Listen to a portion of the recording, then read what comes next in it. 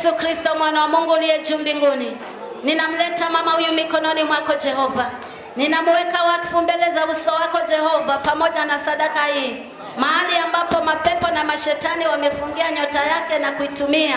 Mwenyewe aendelee kuhangaika na kuteseka.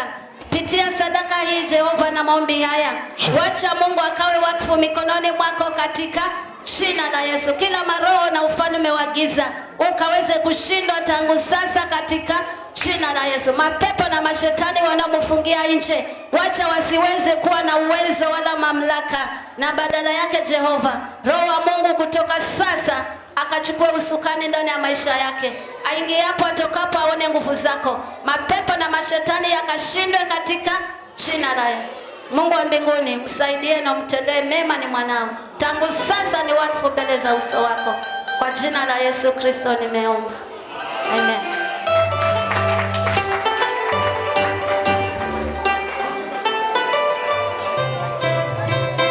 Najua baada ya neno kuna kitu ambacho Mungu atatenda juu yako.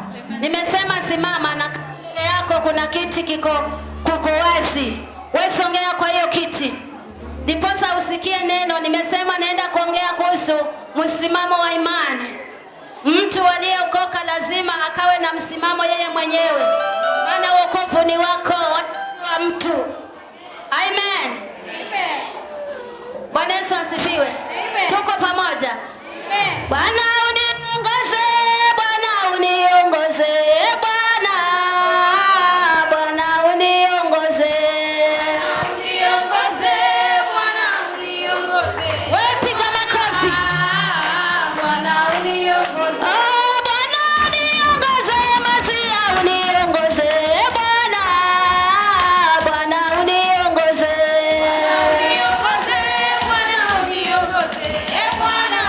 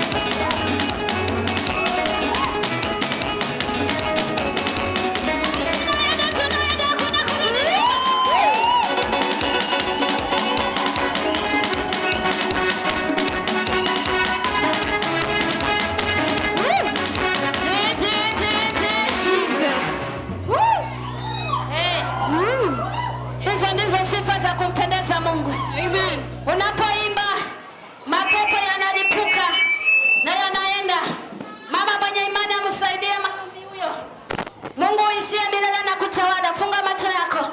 Baba, katika jina la Yesu, nakushukuru kwa ajili ya wakati huu. Nimesimama kama nilivyosimama, nisimamishe. Ni mtumishi wako, ninahitaji kuongozwa na wewe. Kama tanga ya mahali hapa mikononi mwako. Napenda kulinena na neno lako. Wacha watu wako wafunguliwe na wekwe huru.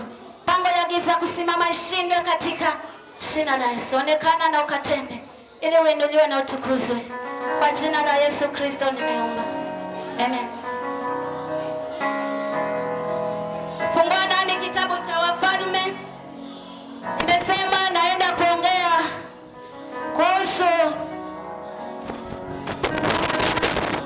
kuhusu msimamo wa imani. Bwana Yesu asifiwe. Naweza ukawa mtu wa Mungu umeokoka, lakini bado wewe mfunge tu na mwache aendelee kuomba, na kama ni kazi ya Mungu aifanye. Mfunge tu vizuri na mwache hapo kaketi usikie neno la Mungu. Bwana Yesu asifiwe. Nimesema ya kwamba naenda kuongea kuhusu msimamo wa imani. Unawezekana ukawa umeokoka mama miaka mingi. Inawezekana mzee ukawa umeokoka miaka mingi, lakini haujaenda mbele katika imani kwa sababu imani yako uliyo nayo ni duni. Lakini ni lazima ukawe na msimamo wa imani yako, maana wokovu ni wako wala si wa mwingine. Amen. Ndiposa unaposimama katika imani, mambo mengi yakatendeka. Unaposimama katika imani, mapepo yakahama. Amen. Kama mnavyoona huyo mama ameimba kwa imani katika moyo wake, ndiposa Mungu ameshuka, na kama kuna lipepo ndani lazima liondoke, alafu Mungu akaweze kusimama. Bwana Yesu asifiwe. Imani ni ya lazima. Kama umeokoka, imani ni ya lazima, na wokovu wako utajulikana kupitia imani. Amen. Kitabu ni Wafalme wa pili na mlango ni wa 2. Tanza mstari wa 1. Ikawa hapo Bwana alipopenda kumpandisha Eliya mbinguni kwa upepo wa kisulisuli, Eliya alitoka Gilgali pamoja na Elisha. Eliya akamwambia Elisha, tafadhali kaa hapa, maana Bwana amenituma niende mpaka Betheli. Mlango wa 3. Elisha akasema, kama Bwana aishivyo na roho yako ishivyo, sitakuacha. Basi wakashuka mpaka Betheli. Basi wana wa manabii waliokuwako Betheli wakatoka kuonana na Elisha, wakamwambia, je, unajua ya kuwa Bwana atamwondoa bwana wako leo, asiwe mkubwa wako? Akasema, naam, unajua. Nyamazeni. Bwana Yesu asifiwe. Huyu ni Elisha na Eliya. Maandiko yametuambia ya kwamba Eliya na Elisha, huyu Elisha ni kama alikuwa ni mtumishi wa Eliya. Bwana Yesu asifiwe. Eliya akamwambia Elisha, kaa hapa, maana Bwana amenituma niende Betheli. Bwana Yesu asifiwe. Kwa sababu Mungu ananena na mtu, haneni na watu. Amen. Atanena nawe huko nje ulikopokea wokovu huko nje. Mkija hapa tunakuwa watu wengi hivi, lakini hatujaitwa sote pamoja. Amen. Kila mmoja aliitwa kivyake. Eliya akamwambia Elisha, kaa hapa, maana Bwana amenituma niende Betheli. Maandiko yametuambia ya kwamba Elisha akasema, kama Bwana Mungu wako aishivyo na roho yako aishivyo, sitakuacha. Amen. Ameshikilia imani ya kwamba kuna upako katika mtumishi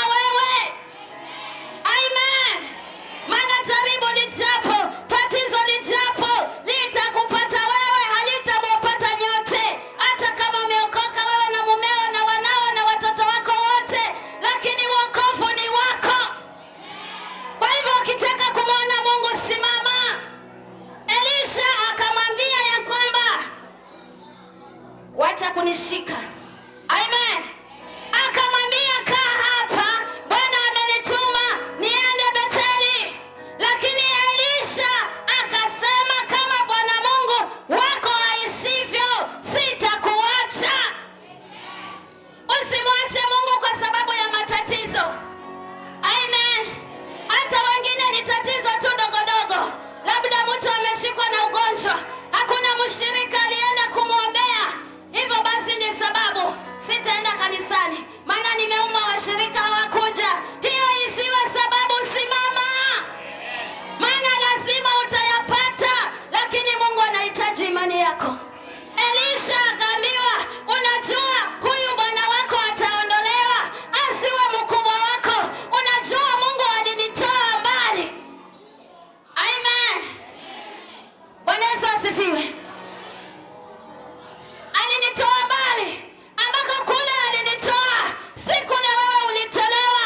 Kila mmoja ana mahali ambako alitolewa. Bwana Yesu asifiwe. Lakini unaposimama na imani, Mungu anakuona na atakufungua. Elisha akawaambia wale watu, alimwambia mwanzo huyo bwana wake kwamba kama Bwana Mungu aishivyo, sitakuacha, kuaminisha ako pamoja naye, iwe ni kwa shida, iwe ni kwa raha. Amen. Akaenda akakutana na manabii kule Yeriko, wakamwambia, unajua ya kwamba bwana wako ataondolewa leo, asiwe mkubwa wako tena. Lakini akasema, ndio ninajua, nyamazeni. Amen.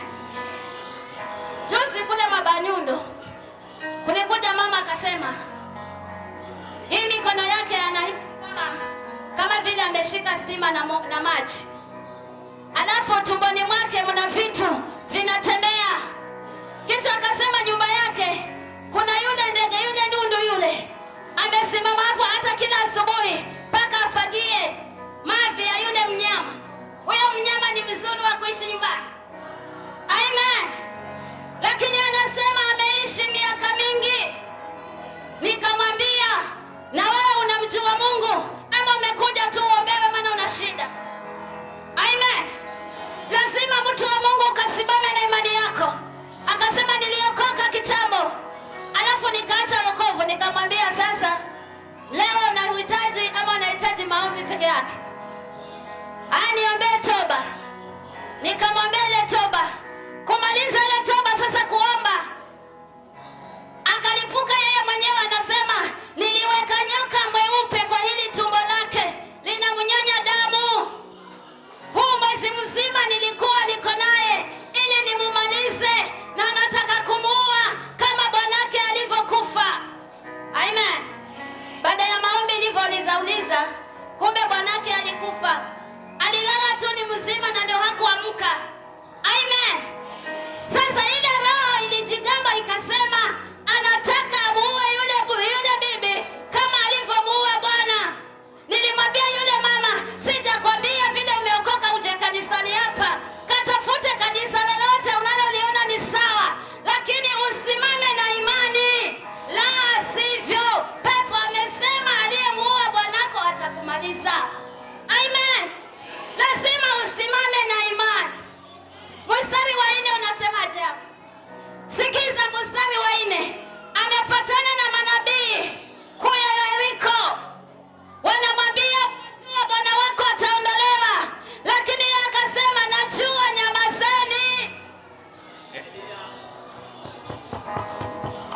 Elia akamwambia, tafadhali kaa hapa Elisha, maana Bwana amenituma niende mpaka Yeriko. Akasema, kama Bwana aishivyo na roho yako iishivyo, sitakuacha. Nao wakafika Yeriko. Basi wana manabii waliokuweko Yeriko wakamkaribia Elisha, wakamwambia, je, unajua ya kuwa Bwana atamwondoa bwana wako leo, asiwe mkubwa wako? Akajibu, naam, najua, nyamazeni. 6. Elia akamwambia, tafadhali kaa hapa, maana Bwana amenituma niende mpaka Yordani. Akasema, kama Bwana aishivyo na roho yako iishivyo, sitakuacha. Wakaendelea mbele wote wawili. Mstari wa 7. Basi watu 50 wa wale wana wa manabii wakaenda wakasimama kuwakabili kwa mbali, na hao wawili wakasimama karibu ya Yordani. Bwana Yesu asifiwe. Walipofika Yeriko, Eliya amemwambia Elisha, kaa hapa maana Bwana amenituma niende Yeriko. Lakini yeye akasema, kama Bwana Mungu aishivyo na roho yako aishivyo, sitakuacha. Basi wakaendelea wote wawili.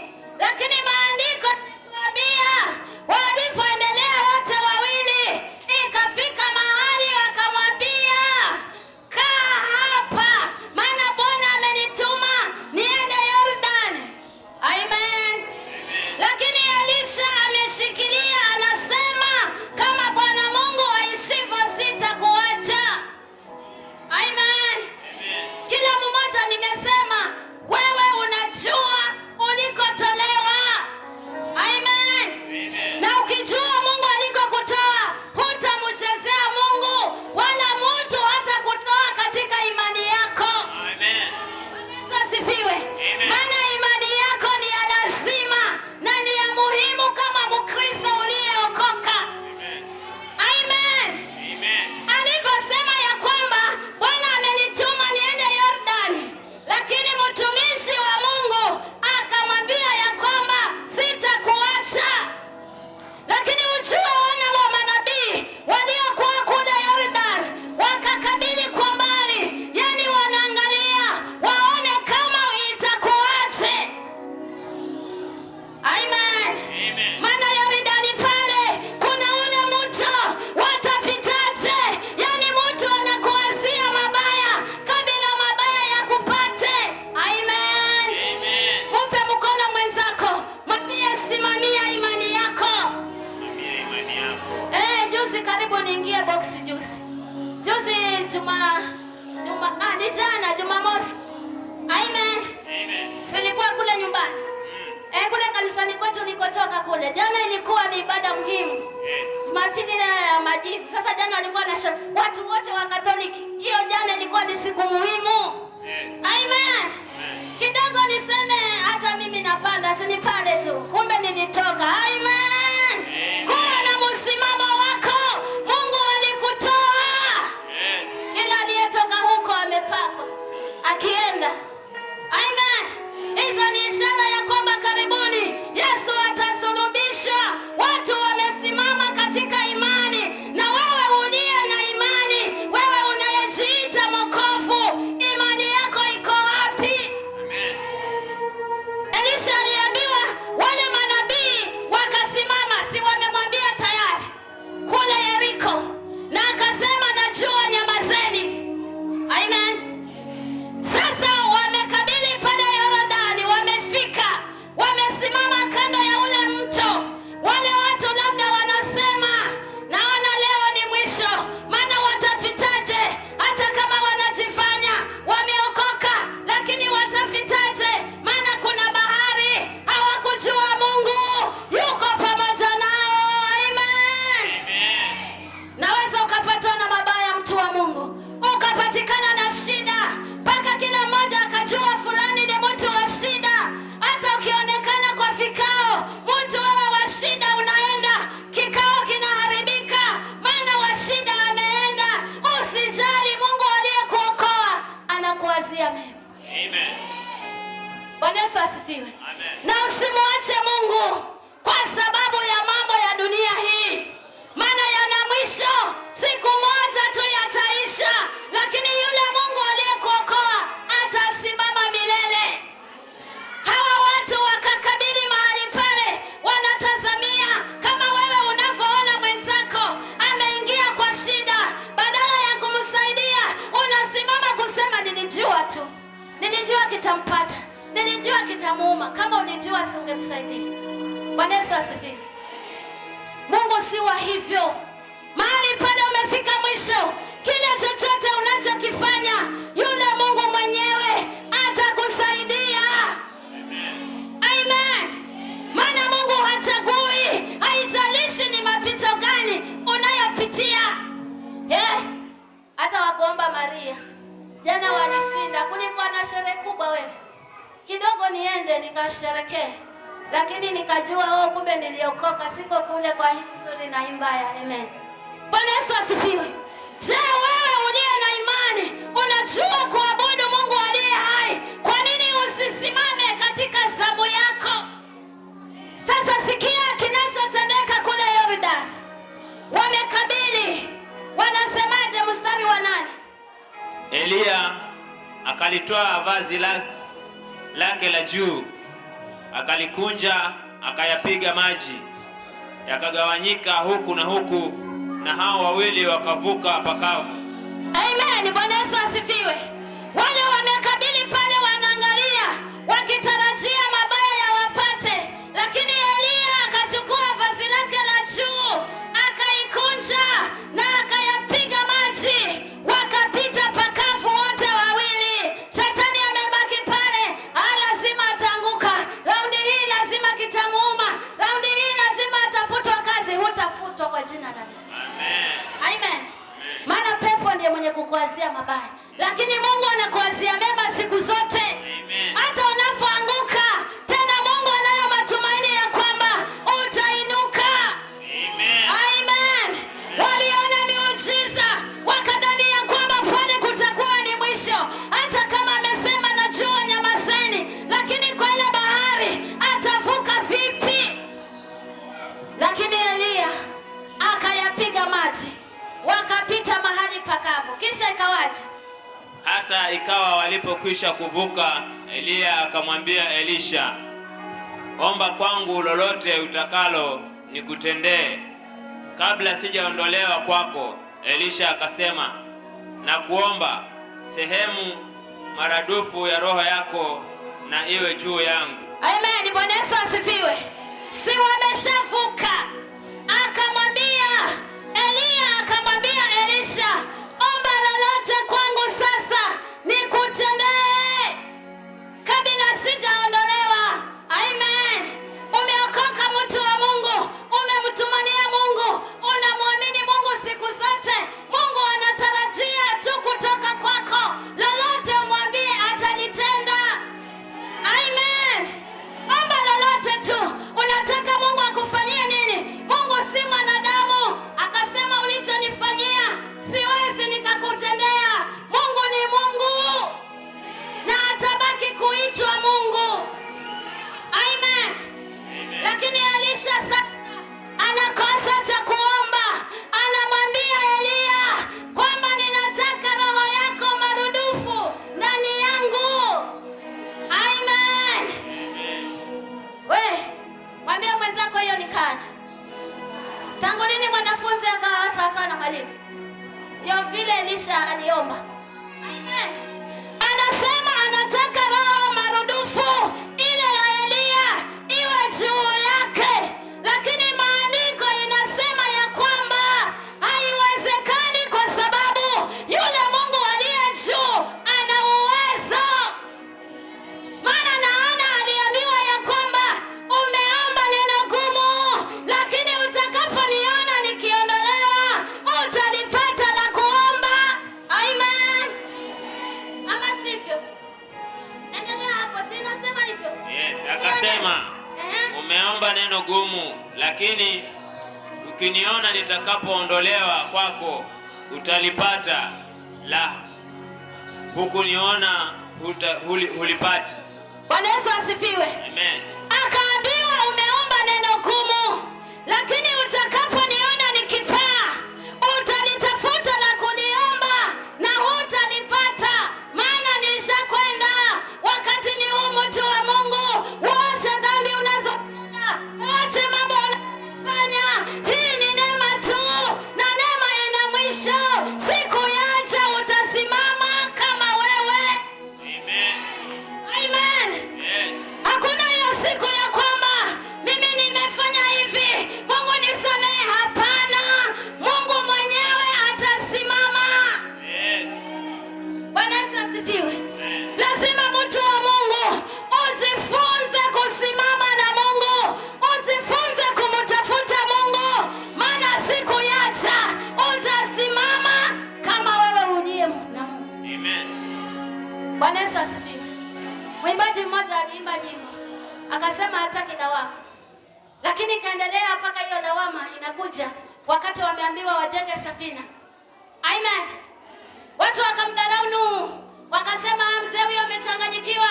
Mvua ilipoanza kunyesha, wakakinga maji, wakajaza mitungi zao. Mvua haikuacha, ikaendelea mpaka Nuhu alipoingia kwa safina.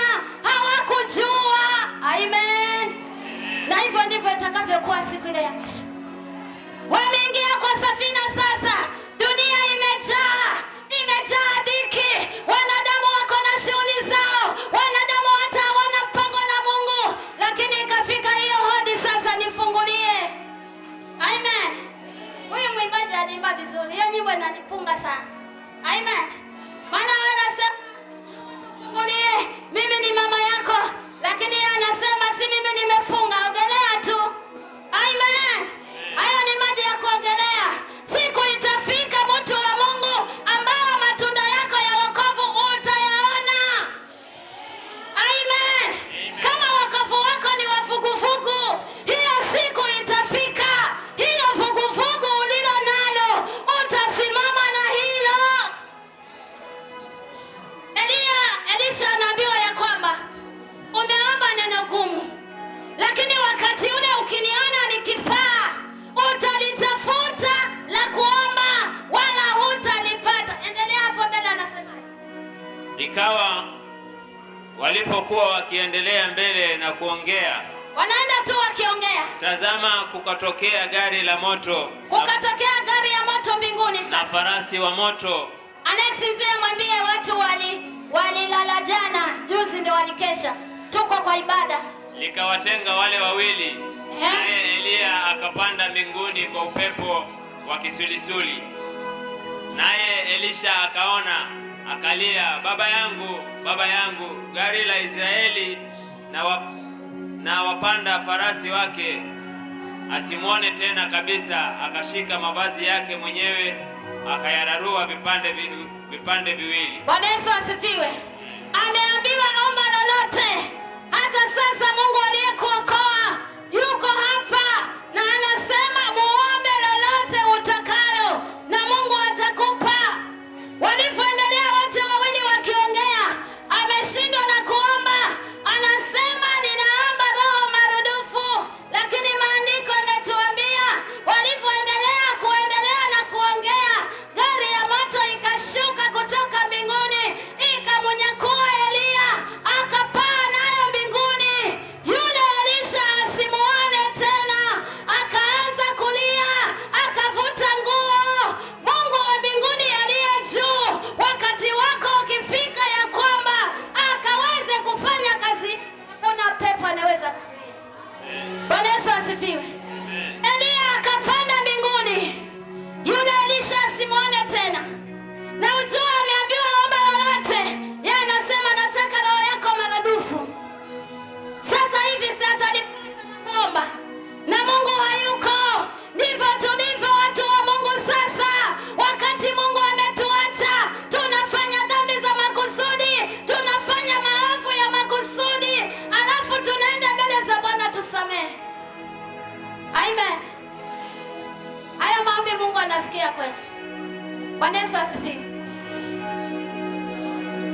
Sasa alipokuwa kule kumung'ang'ania kipande cha lile vazi la mtumishi wa Mungu kikakatika, maandiko imesema ya kwamba Elisha alilarua mavazi yake mwenyewe. Amen. Hivyo angeomba kule mwanzo, yangefikia pale. Lazima mtu wa Mungu aondoe roho ngumu. Kabla mtu akuombee, kabla Mungu ashuke anene, si wewe unajua unachokifanya. Kwa nini usijipeleke? Kwa nini usijifungue? Kabla Mungu akufungue, kwa nini usisimame na imani yako ya kwamba imani hii nimeibeba, lazima nitamtukuza Mungu. Sasa Elisha anafanyaje sasa? Endelea hapo. Sikiza kile anakifanya sasa. Kisha akaliokota lile vazi la Eliya lililomwangukia, akarudi akasimama katika ukingo wa Yordani, akalitwaa lile vazi la Eliya lililomwangukia, akayapiga maji, akasema, yuko wapi Bwana Mungu wa Eliya? Amen. Bwana Yesu asifiwe. Si amelipata. Eliya alisema, umeomba neno gumu, lakini nitakapoondoka utalipata la kuniomba. Alipobeba kile kipande, aliporudi sasa, maana amejibu vizuri, manabii wamemtabiria, amevaa ujasiri, anasema ninajua, nyamazeni. Lakini akashindwa na la kuomba. Akaambiwa ya kwamba utakaponiona nikipaa utanitafuta la kuniomba na utalipata. Lakini sasa amepaa, akabeba kile kipande, akaenda anarudi. Alipofika pale Yordani, akachukua kile kipande Eliya, akayapiga maji, akasema, uko wapi Mungu wa Eliya? Amen. Amen. Kuwa na mtu wa Mungu. Mungu amekuokoa. Mambo mengi yanakutendekea, mambo mengi yanapita, lakini wewe uliye wa imani, simama na Mungu wako. Imani yako itakufungua, imani yako itakuponya. Haijalishi unaishi kwa mazingira gani, haijalishi unaishi katika kisima gani, Mungu yule aliye ndani mwako atakufungua. Bwana Yesu asifiwe. Ujue sasa anarudi. Mtumishi wa Mungu ameenda. Elisha hajaomba kitu. Nusura yake amebaki na kipande. Anapiga maji, anauliza, uko wapi? Wenye kumwacha Mungu huwa wako na shida. Bwana Yesu asifiwe. Unajua ya kwamba unaweza kutembea tu ukaona ya kwamba unafanya yaliyo sawa, lakini machoni kwa Mungu ikawa si sawa. Samsoni alisema, nitajitokeza kama wakati mwingine, maana alijua yeye ni shujaa. Hakuna mtu anayemshinda. Anabeba watu, anamaliza watu, maana nguvu alizo nazo si za kawaida. Amen. Katokea ile siku moja, yule mke wake aliyekuwa naye mpendwa, amen, kamwambia Samsoni, ndio hao sasa wanakuja. Yeye akasema, nitajitokeza kama wakati mwingine. Kumbe Bwana amemwacha, maana amesema asili ya nguvu zake. Amen. Nilipotoka kamatwa na akatolewa macho. Ya nini ufikie mahali hapo, mtu wa Mungu? Umeokoka, simama. Na kama huwezi kusimama katika Mungu, basi rudi kule ulikotoka ukayamalize, na ukirudi hapa uwe umesimama imara. Amen. Si kwamba ni mwokovu basi huwezi kuteswa, huwezi kupatwa na jaribu. Hata wewe uliokoka, majaribu yako ni mengi, lakini simama na imani. Bwana Yesu asifiwe. Yeye ameyapiga maji, alafu ikawaje? Naye alipoyapiga maji yakagawanyika huku na huku, Elisha akavuka. Na hao wana wa manabii waliokuwako Yeriko wakamkabili. Walipomwona walisema, roho ya Eliya inakaa juu ya Elisha. Wakaja kuonana naye, wakainama kifudifudi mbele yake. Bwana Yesu asifiwe. Amen. Sasa basi amepiga maji na yakagawanyika, maana ameuliza, yuko wapi Mungu wa Eliya? Na wale wana wa manabii waliokuwa wamesimama akimwangalia kwamba wamejifanya wamepita wote wawili, saa hii anarudi peke yake, na yeye pia naye amefanya miujiza. Wale watu wakashangaa, wakasema, roho ya Eliya inakaa ndani ya Elisha. Wakakuja wakamwinamia, wakasema ya kwamba kweli Mungu yuko. Amen. Mungu amekuokoa, anatazamia apate kitu kwako. Wengi wanaishi katika dhambi, wengi wanaishi katika mateso, wengi wanaishi katika magonjwa. Inakuhitaji wewe kuokoka, umwambie mwenzako habari za Yesu. Amen. Bwana Yesu asifiwe. Lakini kama wewe mwenyewe unaomba, lakini hiyo maombi yako Ni vipi unaweza kuombea mwingine? Bwana Yesu asifiwe. Ni lazima usimame na msimamo wa imani. Hata mtu akufanyie nini, akufanyie vituko vya aina zote, mimi nina Mungu, nimeokoka na najua Mungu wangu ataniwezesha. Amen. Nani aliyekwambia wokovu haushikwi na magonjwa? Nani aliyekwambia wokovu hawi na shida? Hiyo ni lazima, kwa sababu ni mapito, lazima uyapitie ndiposa Mungu wako ajulikane. Sasa wale wamekabili, wakamwambia nini Elisha? Wakamwambia, angalia, wako hapa pamoja nasi watumishi wako watu 50 walio hodari. Waende, twakuomba wamfuate, wamtafute bwana wako, isiwe labda roho ya Bwana imemtwaa na kumtupa juu ya mlima mmoja au katika bonde moja. Akasema msiwatume. Wakamsisitiza hata akaona haya, akasema, haya, watumeni basi. Basi wakatuma watu 50, nao wakatafuta siku 3 wasimuone. Bwana Yesu asifiwe. Walipomuona sasa, wakamwambia, sasa tunakuomba. Amen. Wale wakukupotosha njia ni wengi kushinda wale wakukuelekeza vizuri. Bwana Yesu asifiwe. Sasa amebaki peke yake, bwana wake ameondolewa. Wakamwambia, tutume watu 50 tuende tukamtafute, labda amechukuliwa na Mungu, amerushwa huko kwa mabonde ama huko milimani. Kwa hivyo tutume tuende. Amen. Elisha akasema lakini wakamusisitiza mpaka akaona haya, na alipoona haya akasema, haya, nendeni. Wakaenda wakatafuta siku 3 huko, hawakupata, wakamurudia. Amen. Kilichopangwa na Mungu lazima kitimie. Hakuna vile mwanadamu unaweza kugeuza mambo ya Mungu. Mungu akisema ndio, hakuna wa kupinga. Kama Mungu anasema lazima uache dhambi, lazima dhambi uache, ndiposa ukamwone Mungu. Amen. Na kama hutaki kuambiwa uache dhambi, basi tafuta pale kwa Biblia kulioandikwa dhambi ufute. Amen. Lakini lazima mtu wa Mungu ukasimame na msimamo wa imani. Elisha huyu hakuvumilia, yani alivumilia mambo yote ambayo yalimpinga. Manabii wakamwambia, Mungu atamwondoa bwanako asiwe mkubwa wako, lakini akasema, ndio najua, nyamazeni. Mwisho wa kwisha, akachukua kipande cha Elia, akayapiga maji na akavuka. Wao waliomvunja moyo wakasema, roho ya Elisha inakaa ndani. Unaposimama na msimamo, utafanya mambo makubwa zaidi ya haya. Bwana Yesu asifiwe.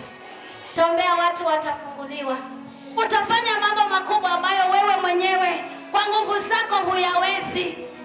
Sikia sasa, mwenye kusimama na hiyo imani. Wakamrudia alipokuwa anakawia Yeriko, akawaambia, je, mimi sikuwaambia msiende? Bwana Yesu asifiwe. Elisha akawaambia wale watu waliosema tutume. Amen. Amen. Labda kuna mtu anafurahia zile shida unazopitia. Kuna mtu anafurahia yale matatizo unayopitia. Elisha aliwaambia, je, sikuwaambia msiende? Maana wamemrudia baada ya kuwa siku 3 huko na wasimuone. Lakini kwa sababu ya msimamo wa Elisha, ile imani iliweza kuzaa matunda. Bwana Yesu asifiwe. Amen. Sikia sasa mstari wa 19.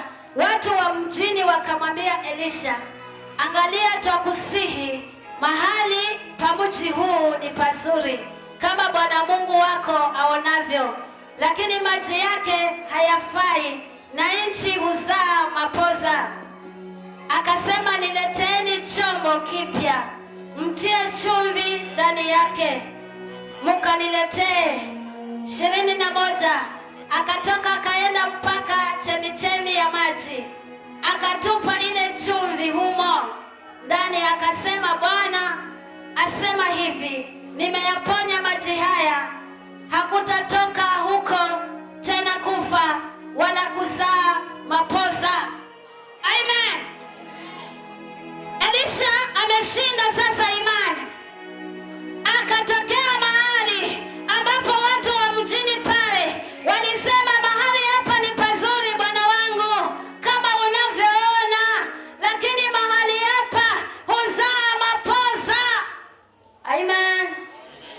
Bwana Yesu asifiwe. Mahali kunakozaliwa mapoza ni mahali pazuri. Yaani ni pazuri ukipangalia. Wewe umeokoka, ni mtu mzuri, ukionekana kwa sura ya nje utadhani ni malaika, lakini ndani sasa, amen, umemsulubisha yule Yesu kwa mara ya pili ya matendo yako. Bwana Yesu asifiwe. Wale watu wakamwambia, mji huu ni mzuri, huu mji ni mzuri, na hapa mahali ni pazuri, lakini mahali hapa huzaa mapoza na maji haya sasa hayanyweki haya maji. Bwana Yesu asifiwe. Elisha kwa sababu amekuwa na mtumishi wa Mungu, ameshikilia imani, ile miujiza alikuwa akifanya, alikuwa akienda naye, akajua sasa, wacha nisimame, maana ni nini niliyebaki. Amen. Tetea imani, mtu wa Mungu. Kuna siku utamwona Mungu. Akawaambia ya kwamba wale watu waliolalamika, mahali pale ni pazuri, nchi yazaa mapoza, maji yale hayanyeki, akasema, nileteeni maji. Bwana Yesu asifiwe. Akapewa maji. Bwana Yesu asifiwe sana. Si wanalalamika maji yale ni mabaya, wakalalamika nchi ile inazaa mapoza, lakini wacha nikwambie mtu wa Mungu, shetani huwa anatafuta kile ulicho nacho, kile chako ulicho nacho, hicho ndicho anatafuta. Amen. Maana walimwambia walete choo. Hebu soma tena hiyo mstari wa 21. Moja tu wa 21. Sikiza, tunaenda kumaliza sasa hivi. Akatoka akaenda mpaka chemichemi ya maji, akatupa ile chumvi humo ndani, akasema, Bwana asema hivi, nimeyaponya maji haya, hakutatoka huko tena kufa wala kuzaa mapoza. Wala kuzaa mapoza. Bwana Yesu asifiwe. Amen. Ndio maana Waswahili wanasema dawa ya moto ni moto. Akawaambia, nileteeni maji. Yale maji akaweka chumvi, akaenda mpaka kwa hiyo kidimbwi ya maji, akachukua yale maji akayatia chumvi na akaomba, akaweka yale maji yakaponywa. Elisha akasema, hakutatokea kufa tena wala nchi kuzaa mapoza. Unaamini hayo? Kule Migumu tulifanya hivi ndani. Pale Migumu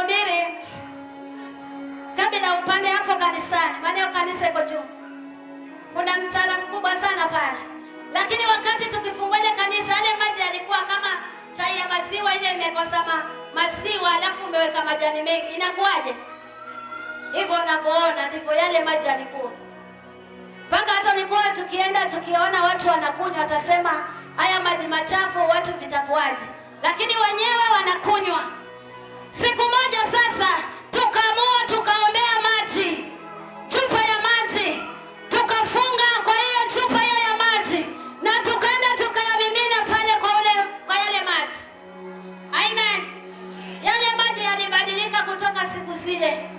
Lakini kabla ya hiyo, tulipoenda kumimina, hiyo siku hiyo nyingine, yule kukalipuka msichana, alikuwa msichana tu mdogo, akasema, mumeyachafua maji yangu. Kumbe yale maji yalikuwa yanafanywa vile na pepo. Wanasema kila mwezi, sijui ukiandama, ilikuwa ni watu waende wakapige ngoma pale, watoe sadaka kwa miungu, alafu yale maji yanakuwa vizuri. Kumbe vile maji ni mekundu ni kwa sababu watu hawapigi ngoma. Sema shetani ashinde. Tulienda kuyaponya hayo maji. Hata sasa ukienda wale wanajua kule yale maji sasa ni masafi, lakini hayakuwa vile. Ni hayo maji kama hivi. Mtumishi wa Mungu Elisha akachukua maji, alisema leteni chombo kipya. Amen. Mungu hawezi kukutumia hivyo ulivyo. Kama ni mwenye dhambi, ndio maana kuna ulazima ya kwamba uombewe toba, ndiposa uendelee katika kumtumikia Mungu. Mungu hawezi kutumikia mtu mchafu. Amen. Alisema nileteni chombo kipya, na akapewa, na akaenda akatia hiyo chumvi kwa yale maji. Tena akasema ya kwamba nimeyaponya, hakutatokea mauti tena wala nchi kuzaa mapoza. Amen. Tukifika hapo watu wa Mungu, mwonyezo wa chumvi. Amen. Lakini hapa hiyo chumvi ilinyeshwa hapa, si nienda kumiminwa kwa maji. Mbona wewe unaenda kuombewa na unaboga nunue gunia ya chumvi? Umwage huko nyumbani. Tena na akili zako na ufahamu wako uenda kumwaga. Unajua hili andiko kweli? Amen. Bwana Yesu asifiwe. Akaambiwa hakutatokea mauti. Huo ni muujiza wa kwanza Elisha anaufanya baada ya kuacha na Elia. Wewe tangu ulipookoka ni nini umemfanyia Mungu mpaka Mungu ana uwezo wa kusimama leo akasema nashukuru Mungu nashukuru fulani kwa sababu amefanya hivi, ama ikutetee kazi yako? Ni nini ambacho umesimama nacho kama wewe mtu? Mstari wa 22 unasemaje? Tunamaliza hapo tuombe.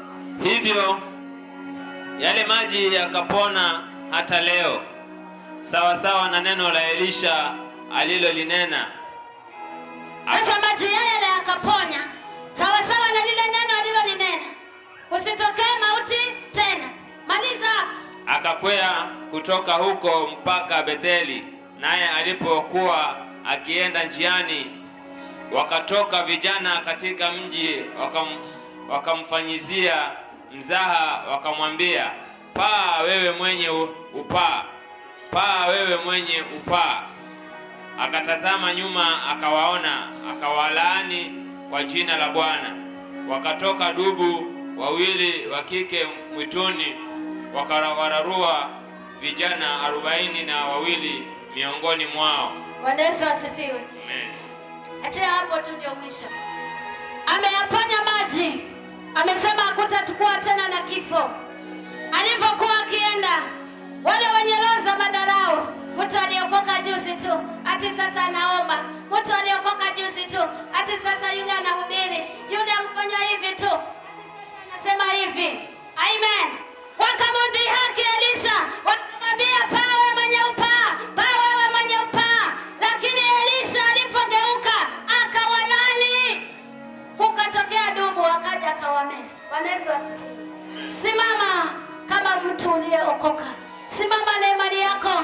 Kuwa na msimamo wako wa imani. Kupitia imani yako Mungu atakutendea. Kupitia imani yako Mungu atakufungua. Simama kama wewe, maana Mungu ana uwezo wa kuponya. Amen.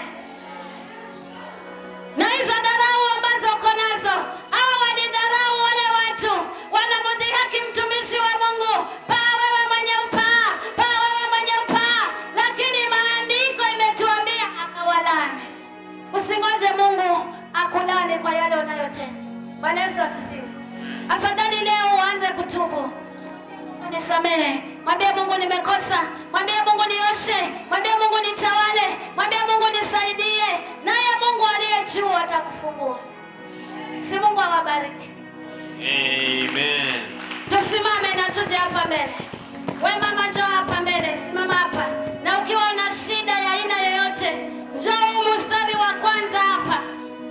Baba, katika jina la Yesu Kristo, nakushukuru na kutukuza maana wewe ni Mungu. Umekuwa mwema, umekuwa tegemeo. Bwana, tumelisikia neno lako. Sasa Baba, tunaenda kuomba. Muitetee imani. Kanisa lililobaki. Muitetee imani. Muliobaki. Muitetee imani. Vijana muliobaki. Muitetee imani.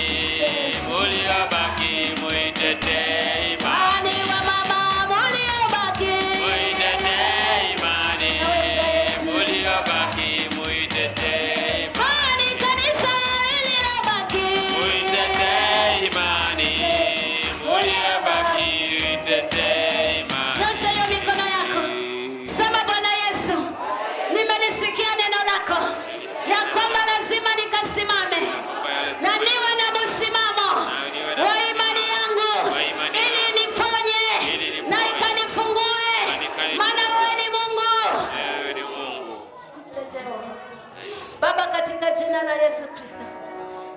Mungu mwenyewe tu ukashuke ndani ya watu wako.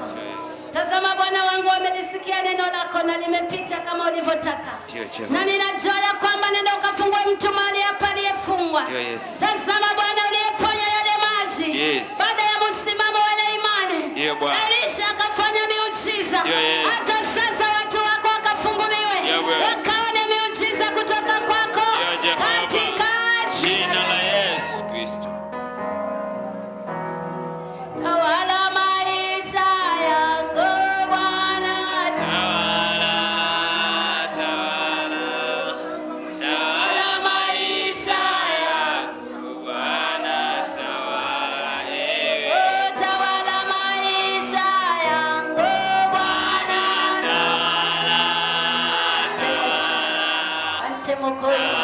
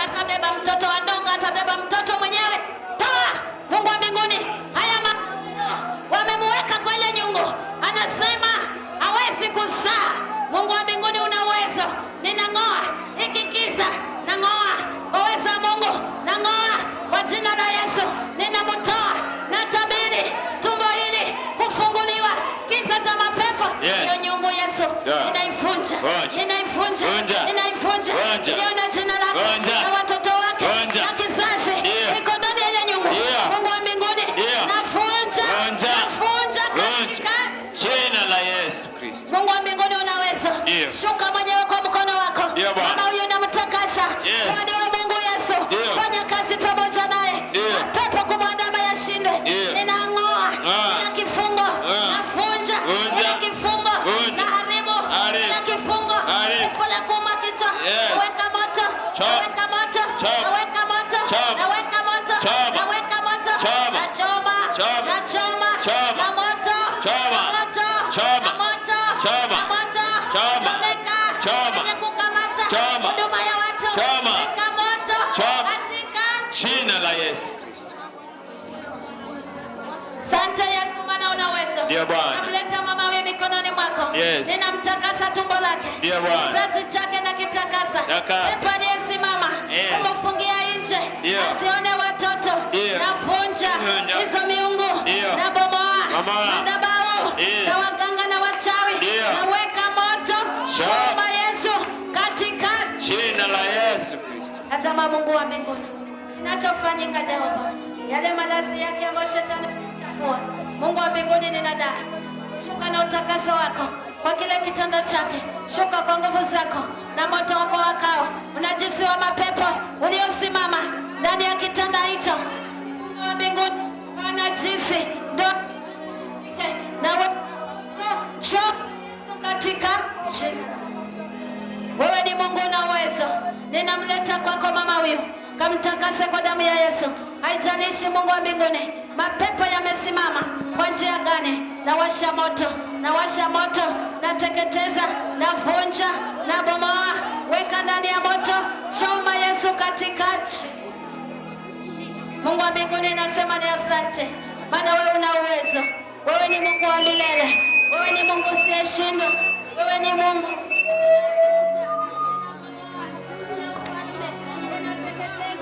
na moto wakao. Mungu wa mbinguni, ninasema ni asante.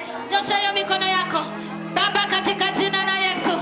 Ninakuinua Masia, ninakuhimidi Mungu wangu kwa ajili ya wakati huu. Mesema ya kwamba Bwana, tazama Elisha aliposimama akasema, nileteni chombo kipya, na akatia maji Yesu na chumvi mahali pale. Bwana wangu kaenda kutakasa ile maji, akasema hakutaonekana tena maafa katika maji haya, hakutaonekana kuzama poza. Mungu wa mbinguni, ibilisi amekamata watu wako ili wasikuone we Mungu. Basi Yesu, navunja huo ufalme, navunja hiyo madhabahu, navunja mapepo aliyokalia watu wako. Yesu, yaweke moto. Shetani aliyekalia wanao, Yesu weka moto hizo mapepo Bwana za kuzama poza, na teketeza na moto wakao. Mapepo ya kutofanikiwa, mapepo ya kutofaulu, mapepo ya kukosa kazi, mapepo ya kufungiwa nje, weka moto katikati. Mwana wa Mungu, una uwezo wa mambo yote. Nasema ni asante Jehova, maana neno lako Jehova umetaka jinsi ulivyopenda. Wacha uinuliwe na utukuzwe, maana unastahili. Na haribu kila vifungo vyote vya mapepo vikaweze kushindwa tangu sasa. Baba yangu, nakabidhi kila mmoja mikononi mwako. Tendee mema Yesu, na umuzingire. Kawe jibu Mungu wa mbinguni, kila mizimu iliyosimama ishindwe katika jina la Baba. Simama ili uinuliwe, maana unaweza. Asante Jehova, maana Mungu ni wewe mponyaji, utakayewaponya na kuwafungua. Kwa jina la Yesu Kristo aliye Bwana na Mwokozi, nimeomba Jehova na kuamini. Wewe usinjo hapa, kuja hapa. Na yule mama alikuwa hapa, yuko wapi? Makependo, njoo hapa. Yule alikuwa hapa chini, leteni hapa. Simama hapa. Omba Mungu utoke kwa hiyo giza. Amekuweka kwa nyumba, anasema mtoto wako ni kidonga hicho. Lazima Mungu akufanye. Wewe ni Mungu uishie milele. Kwako Bwana wangu wa majeshi, jina lako lina nguvu. Ninamleta mama huyu mikononi mwako. Nenda ukamtawale, nenda ukamtakase. Kila kizuizi kinachomzuilia kuweza kutumikia katika kweli na pia roho, ninang'oa. Napokuwa na ufahamu, pepo anakoroga ufahamu wake. Hiyo roho Jehova na ikamata mateka, ninavunja kwa nguvu za moto, ninateketeza katika jina la Yesu. Sasa Mungu, mtumie jinsi upendavyo. Kwa jina la Yesu Kristo nimeomba. Amen. Mungu wa mbinguni, wewe ni Mungu na uwezo. Ninamleta kwako hii nyungu aliyowekwa. Nyinyi mliosimama huko nyuma, mmoja ashike hili tumbo, maana hicho kizazi chake kiko kwenye nyungu. Hiyo kiza ya mapepo. Mtoto wa ndonga yuko mahali pale, wanasema huyo ndio mtoto wa bebe, lakini hataweza kuzaa mtoto katika ulimwengu huu. Mungu wa mbinguni, unaweza. Hivi vidonga vyao, magano yao walioagana na mizimu, Yesu ninamtoa kwa ile mizimu leo, ninamtoa kwa hiyo mizimu, namtoa hiyo mizimu, namtoa hiyo mizimu namtoa kwa jina la Yesu. Hicho kizazi walichokipindua, Mungu wa mbinguni hatabeba vidonga, hatabeba mtoto kidonga, hatabeba mtoto mwaminifu, hatabeba mtoto binadamu. Haya maagano yaliyofanywa kizazi chake Baba, ndani ya ile nyungu walichowekwa, Yesu namtoa kwa jina la Yesu. Ninamtoa mara ya kwanza, ile dawa nyeusi, yale mavumba yote yaliyowekwa kwa ile nyungu, wewe ni wa uwezo. Shuka na moto, shuka na moto, shuka na moto, shuka na moto. Ninakamata. Achilia hii kizazi, achilia haraka, achilia. Wewe achilia. Si wewe ulizaa, kwa nini utaki azae? Nasema bebe vidonga. Hakuna kidonga atabeba. Wewe Mungu wa mbinguni, ninabomoa hii roho inayosema asizae hicho kizazi. Takaseni hicho kizazi, na kitakasa hicho kizazi kwa damu ya Yesu. Tazama Bwana, natabiri watoto wakivulana na wakisichana, hizo vidonga walivyomwekea ati abebe ndio mtoto. Weka moto, weka moto, weka moto, weka moto, weka moto, weka moto. Achomeke na vidonga vyake, achomeke na vitu vyake. Hayo maagano ninavunja kwa ule muti, navunja na ile nyungu nayozunguka pale kwa boma. Mungu wa mbinguni, navunja, nakamata mwanzo, nakamata ile nyungu, nakamata. Weka moto katika jina la Yesu. Badala yake Jehova, huyu mwanamke asiyetaka ya kwamba huyu akaweze kuzaa watoto, Mungu wa mbinguni unamwona mahali alipo. Nenda ukashuke na moto, nenda ukamchome, nenda ukamteketeze na moto wakao. Hamisha kila pando lote la shetani likang'olewe katika jina la Yesu. Tangu sasa Jehova, ninamkabidhi kwako. Wacha Mungu wa mbinguni akaone watoto. Hii roho iliyosimama isiyokuwa ya kwako ikachomeke katika jina. Asante Yesu, maana una uwezo. Kwa jina la Yesu Kristo nimeomba. Amen. Tegeni hapa paketi. Bwana Yesu asifiwe. Pigie Mungu makofi. Hayo ndio Mungu anayoyafanya. Maana mapepo yamesimama ili kwamba yakaweze kutatiza. Wewe uliyekuja wako wakifu, njoo hapa. Lazima hiyo nyota yako ikaweze kukurudia. Mwanzo Jumapili ni ibada ya kupakwa mafuta. Kama ukija uje upakwa hayo mafuta, hayo mapepo yatakuachilia. Lazima huyu Mungu ambaye umemfuata akaweze kufungua. Huyu mama nyota yake imekamatwa. Ni mtu ambaye angekuwa ni mtu mkubwa, lakini nyota yake imekamatwa, inatumika kuzimu. Siku hii ya leo lazima akaweze kutoka. Haijalishi yale mapepo yamewakamata kwa njia gani. Mungu wa mbinguni unaweza mambo yote. Ninamleta mikononi mwako. Hata amekuwa mtu wa mahangaiko, amekuwa mtu wa kushindwa, amekuwa mtu asiyeona mbele wala nyuma kwa ajili ya mahangaiko haya. Tazama Jehova Jire, hii nyota yake ambayo inatumiwa na mapepo kusudi yeye mwenyewe akahangaike. Baba, ninavunja. Yesu, navunja maroho za kumkoroga akili na ufahamu wake, asiweze kujielewa, asijue ni nini kinachotendeka ndani ya maisha yake. Anaanzisha jambo wala halikamiliki. Mungu wa mbinguni unaona.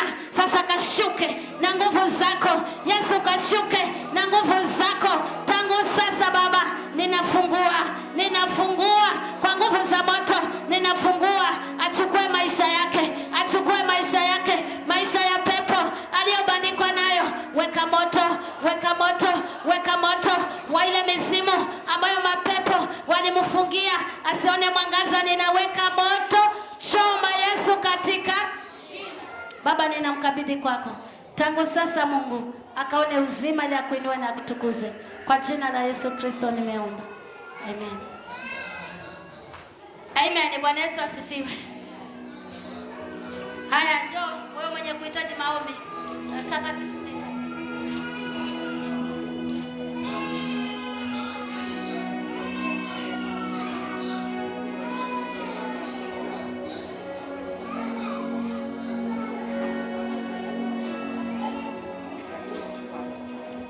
Baba, katika jina la Yesu, namleta mama huyu mikononi mwako.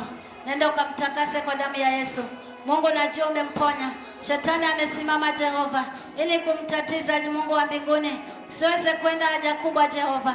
Hii roho ya pepo iliyosimama Jehova na kula visivyostahili Kristo, ninavunja hiyo roho iliyosimama ili mtatize. Weka ndani ya moto, choma Yesu, katika jina la Yesu. Ninamtakasa kwa nguvu za Roho. Mponye, mfungue na umtetee.